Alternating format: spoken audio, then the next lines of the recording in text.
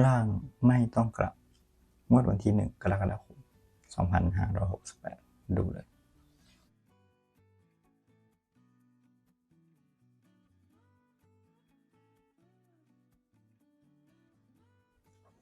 สวัสดีครับหอยดังวันนี้เล็กเด็ดมันมั้งครับวันนี้เรามาดูสูตรชุดล่างไม่ต้องกลับวันนี้ครับสำหรับสูตรล่างไม่ต้องกลับในวันนี้ครับมี2ชุดนะครับมาดูสูตรในชุดที่1ก่อนครับใช้หลักแสนครับบวกหลักแสนบวกหน่วยบนหน่วยล่าง3ครั้งและแปะคงที่สูตรที่2หลักแสน2ครั้งบวกหลักหมื่นบวกหน่วยบนบวก10ล่างและ2คงที่นะครับไปดูวิธีคำนวณและตรวจสอบตัวเลขพร้อมกันเลยครับ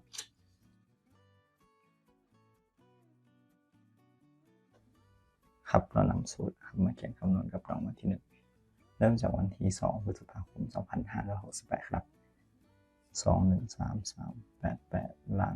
06ในวันที่2 พฤษภาคมครับ2 ครั้งนะครับบวก8บวก6 3 ครั้งและ8คงที่ครับได้ผลรวมในสูตรที่1ได้เท่ากับ38ใช้ตัวท้ายหลักหน่วย8นะครับต่อไปครับสูตรที่2ครับ3 ครั้งบวก1บวก8บวก0และ2คงที่2บวก2บวก2บวก1บวก8บวก0เท่ากับ17ใช้หลักหน่วย7ครับหมวดต่อมาเลขออก87ครับได้ตัวตรงไม่ต้องกลับหมวดที่1ต่อไปนำสูตรคำนวณต่อในหมวดที่2วันที่1ครับ251309ล่าง87วันที่16 พฤษภาคมจากสูตรได้2 ครั้ง7 3 ครั้งบวก8คงที่2บวก2บวก9บวก7บวก7บวก7บวก8เป็น42ครับตัวแทนเลขเลข2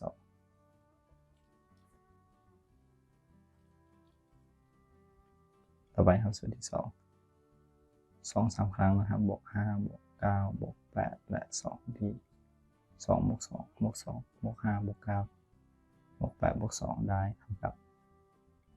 30ครับตัวแทนเลขสูตรเป็น20ครับเลขออก20ตรงครับในวันที่1 มิถุนายนนะครับต่อไปเป็นงวดที่3ครับ559352ล่าง20ครับมาคำนวณจากหมวดวันที่1 มิถุนายน5 2 ครั้งบวก2 0 3 ครั้งและ8คงที่ครับ5บวก5บวก2บวก8ได้เท่ากับ20ครับตัวแทนมาเลข0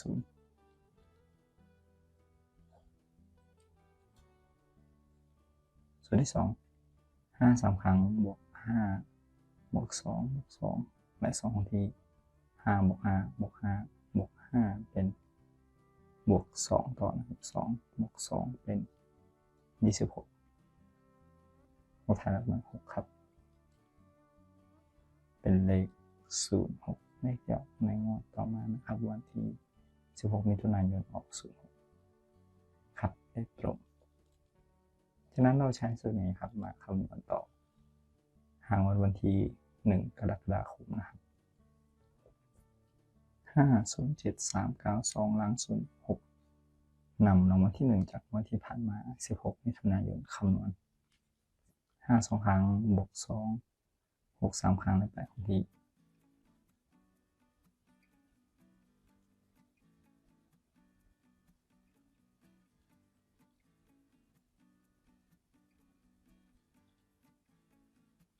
5บวก5บวก2บวก6บวก6บวก6บวก8ได้38ครับ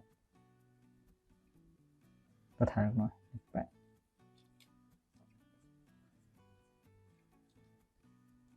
มาสูตรที่2 5 3 ครั้งบวก0บวก2บวก0และ2คงที่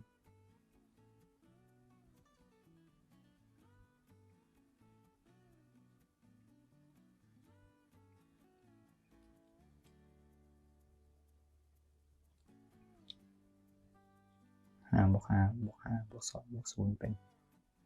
19ครับสุดท้ายต้องหน่วยได้9ได้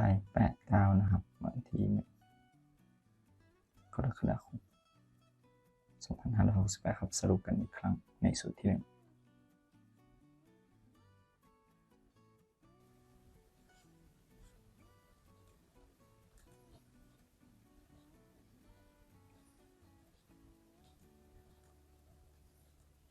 จุด1ครับล่างไม่ต้องกลับคำนวณได้8 9 1กรกฎาคม2568ครับต่อไปนำสูตรในชุดที่2มาคำนวณต่อครับ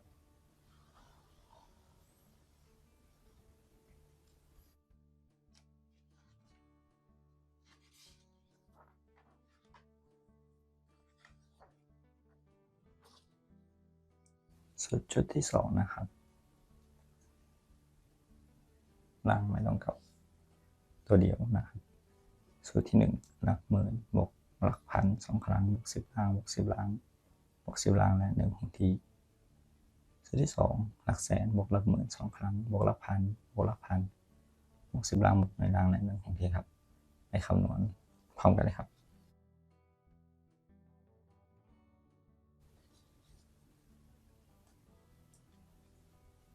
2 1 3 3 8 8ล้าง06จากวันที่2พฤษภาคมครับเขียนตามสูตรนะครับได้1 3 2ครั้งบวก0 3ครั้งและ1คงที่1บวก3บวก3บวก1เท่ากับ8ครับตัวท้ายของตัวเดียวนะครับเลข8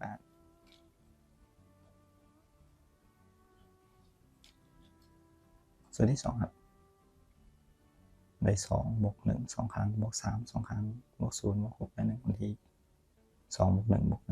บวก3บวก3บวก6บวก1เป็น17หลักหน่วย7ครับ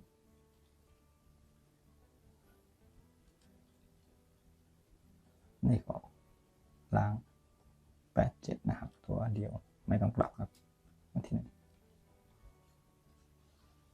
แล้วไปใน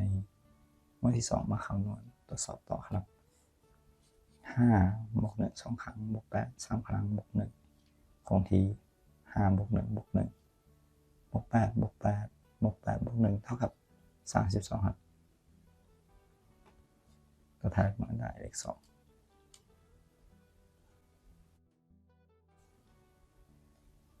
ส่วนที่2นะครับ2บวก5 2ครั้งบวก1 2ครั้งบวก8บวก7และ1คงที่2บวก5บวก5บวก1บวก1บวก8บวก7บวก1เป็น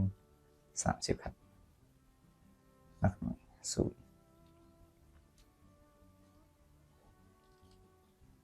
20ครับเลขออกล่าง20ในวันที่1มิถุนายนนะครับได้ตรงครับวันที่2ต่อไปในวันที่3ครับวันที่1 5 5 9 3 5 2ล่าง20ในงวดต่อมานะครับจากสูตรจะได้5บวก9 2ครั้งบวก2 3ครั้งและ1คงที่5บวก9บวก9บวก2บวก2บวก2บวก1เป็น30ครับตัวท้ายเลข0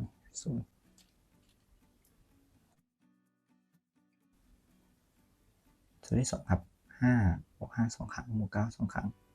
บวก2บวก0และ1คงที่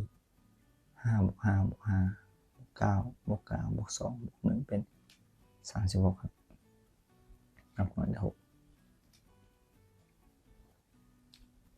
ส่วน6นะครับเลขล่างออกส่วน6ครับวันที่16มิถุนายนและนำสูตรนี้ครับมาคำนวณในงวดต่อไปโดยนำรางวัลที่1วันที่16มิถุนายนครับคำนวณ507392ล้าง06 0บวก7 2ครั้งบวก0 3ครั้งและ1คงที่7บวก7บวก1เท่ากับ15ครับนับหน่วย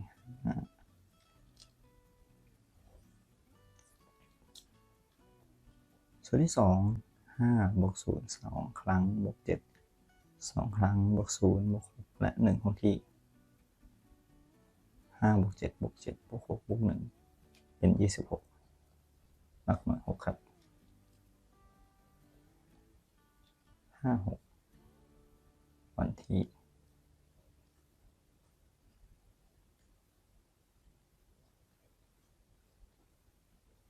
1 กรกฎาคม 2568 ครับสรุปในสูตรชุดที่ 2 ครับ